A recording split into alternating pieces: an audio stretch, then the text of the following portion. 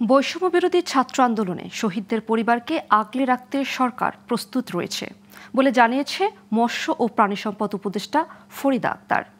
দুপুরে রংপুর শিল্পকলা একাডেমির হলরুমে শহীদদের পরিবার সদস্যদের চেক প্রদানকালে তিনি এসব কথা বলেন।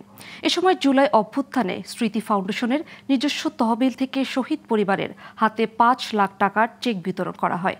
এ সময় সমাজ কল্যাণ উপদেষ্টা শারমিন এস মুর্শিদ ও জুলাই অভ্যুত্থান স্মৃতি ফাউন্ডেশনের সাধারণ সম্পাদক সার্জিস আলম উপস্থিত ছিলেন।